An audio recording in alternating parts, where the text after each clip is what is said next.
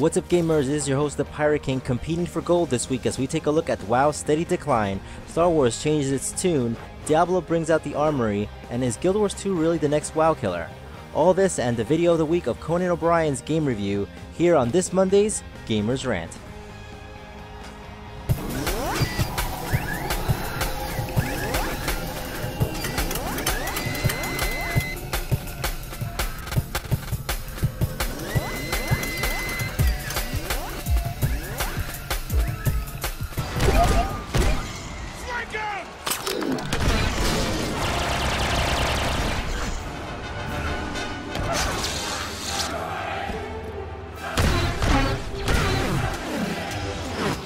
Star Wars The Old Republic, aka the Tortanic, has finally raised the white flag. With subscribers dipping under the 1 million mark, BioWare has chosen to make Star Wars go free to play this fall. They beat me to it. I had them pegged to stubbornly downplay their demise for at least a year before folding in. But I guess things just got that bad. Now when I heard this, I thought, well, how are they going to ship out the free to play? And for God's sakes, they didn't even do this right. So if you haven't seen it, it's on their website, the subscription-based versus free to play restrictions. First up, the story content from 1 to 50 is open to all. Good job, BioWare, you just gave away your bread and butter. Character creation restrictions? Fine, we can all live with that. Now here where it gets dicey. There's going to be limits on how many times a week a player can join a war zone, or attempt a flashpoint, or go on space missions every week. Really? That limits all your features that are somewhat multiplayer based. I guess I have to see how limited it is before we make judgment on that. But then you did this. Operations are only for subscribers. WTF. Are you serious? Why? They're basically saying there's no end games for free to play. You should have at least one operation people can just grind on. Your subscription base is going to be totally isolated in that manner. There's also limited using on the trade market and GIMP transportation system, but those are easier to take. Well, BioWare, good luck with your endeavor, but I'll be enjoying the single player aspect of your game, which is really where you should have limited.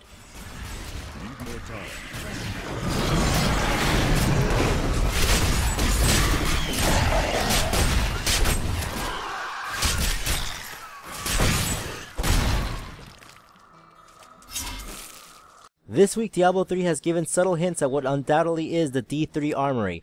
Boasting pretty similar aspect of the WoW Armory, players are able to boast on how far they've gotten in the game and how elite their gear is after the 2000th run through the Skeleton King. Cause you know, how else would you know you haven't completely blown your time on a repeatable grind?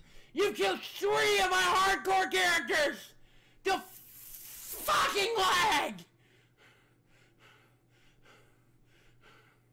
World of Warcraft Mist of Pandaria is due to come out September 25th for those of you still playing WoW off your toaster. With the price tag of $39.99, you can fulfill your Kung Fu Panda and Pokemon needs. Even with this news, World of Warcraft continues to slowly hemorrhage subscribers as Activision is forced to show its hand. In the last 3 months, WoW subscribers base has dropped to 9.1 million from a 10.2 million just 3 months ago, prompting its steepest decline in some time. Blizzard points its fingers at Diablo for cannibalizing its player base, but that excuse is far-fetched for me. Blizzard has to come to terms that it is dated and can't keep using WoW as its cash cow. Which brings me up to my next controversial topic, which is of Guild Wars 2 being called the next WoW killer. Now it's like people never learn, and crowning a new WoW killer seems to just jinx that game to fail. I will go on to say that Guild Wars 2 is not a WoW killer.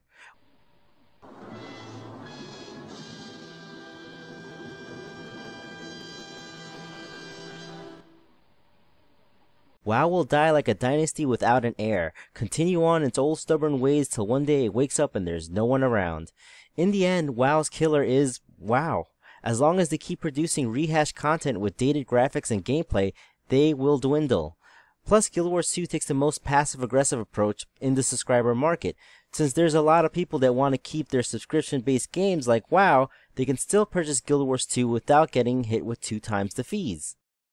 Now before I wrap things up here, let me backtrack a little bit, in which Bethesda must have heard my show because they released Dawn Guard a few days after the last show.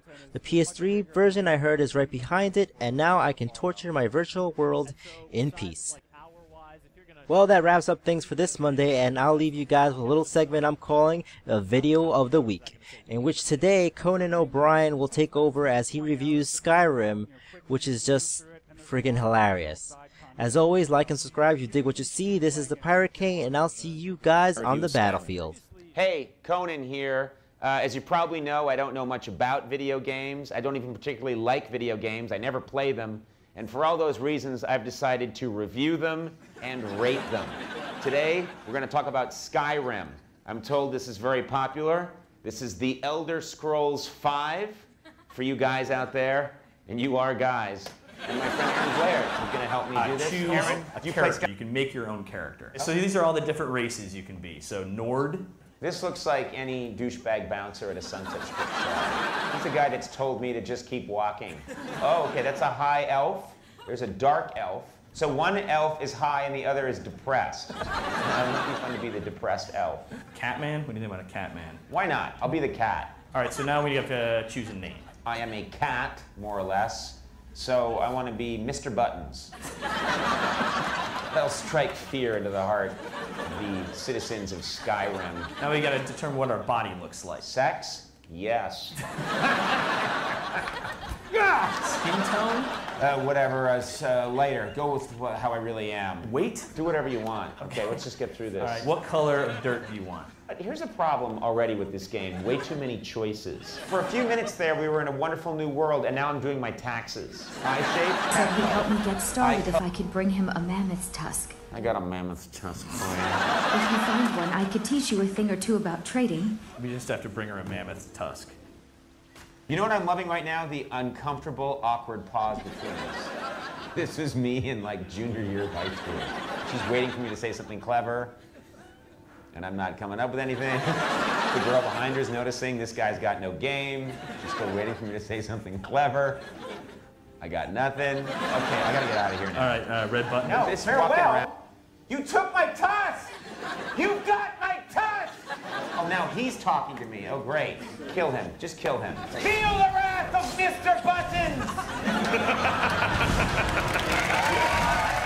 Conan